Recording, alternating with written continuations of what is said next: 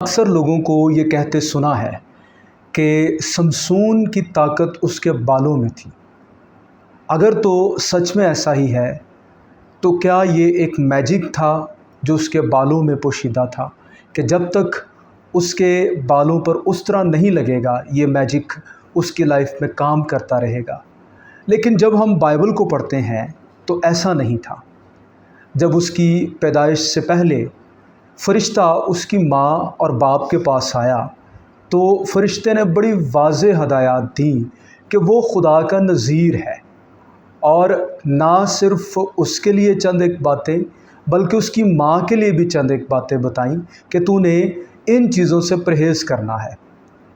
بڑے واضح طور پر خدا نے فرشتے کے ذریعے سے یہ بتایا کہ کبھی اس کے سر پر اس طرح نہ لگے۔ اس کی کیا وجہ تھی؟ نذیر کا مطلب ہوتا ہے خدا کے لیے علیحدہ کیا گیا، جس کو نذر کر دیا جاتا ہے، جس کا عہد خدا کے ساتھ ہوتا ہے اور خدا کا اس کے ساتھ ہوتا ہے۔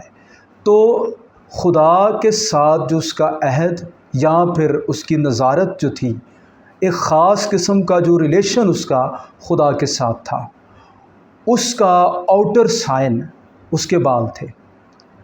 تو جب سمسون نے اپنے بال کٹوائے تو اس نے اس کواننٹ کی عزت نہ کی، اس کی پرواہ نہ کی جو خدا کے ساتھ تھا۔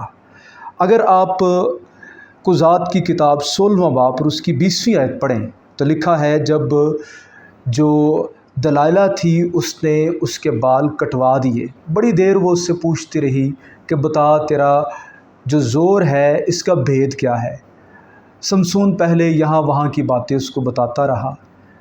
میں سمجھتا ہوں اس میں جو چیز نظر آ رہی ہے کہ وہ اپنے آپ کو سمسون کے ہاتھوں میں پیش نہیں کرتی ہوگی اس کی خواہشات کی تکمیل کے لیے، اور جب اس کی خواہشات کی تسکین نہیں ہوتی تھی اور وہ اپنے آپ پر کنٹرول نہیں کر پاتا تھا تو وہ پھر اسے کچھ نہ کچھ ایسا بتاتا کہ وہ اپنے آپ کو اس کے سامنے پیش کرتی۔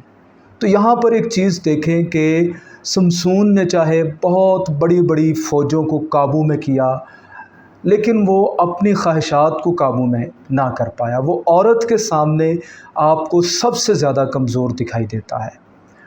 اس ایک کمزور سی عورت نے اپنے حسن سے، اپنی خوبصورتی کے زور سے اس کو ڈھا لیا، اور آخرکار اس نے اپنا منہ اس کے سامنے کھول دیا کہ میرے سر پر کبھی اس طرح نہیں لگا، اگر میرے بال کاٹ دیے جائیں تو میرا زور مجھ سے جاتا رہے گا۔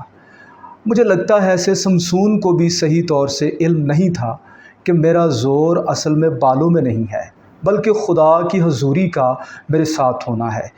16ویں باب کی 20ویں آیت میں لکھا ہے، پھر اس نے کہا اے سمسون فلسطی تجھ پر چڑھ آئے، اور لکھا ہے اور وہ نیند سے جاگا اور کہنے لگا کہ میں اور دفعہ کی طرح باہر جا کر اپنے آپ کو جھٹکوں گا۔ یہ بات قابل غور ہے جو میں آگے پڑھنے والا ہوں، لیکن اسے خبر نہ تھی کہ خداوند اس سے الگ ہو گیا ہے۔ کئی بار ہمیں بھی خبر نہیں ہوتی کہ خداوند ہم سے الگ ہو گیا ہے، کیونکہ ہمیں اس بات کا علم ہی نہیں ہوتا کہ ہماری حقیقی برکت وہ کس میں ہے۔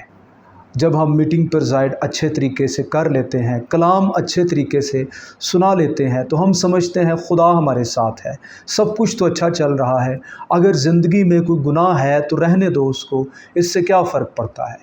لیکن سمسون کی طرح اگر ہمیں بھی اس بات کی خبر نہیں کہ خدا ہمارے ساتھ نہیں، ہمیں چھوڑ چکا ہے، تو ہم بہت ہی خطرناک حالت میں ہیں۔ سمسون کا زور اس میں نہیں تھا کہ اس کے بال کبھی کٹے نہیں تھے، بلکہ اس کا زور اس میں تھا کہ خدا کی حضوری اس کے ساتھ تھی۔ God bless you, thank you.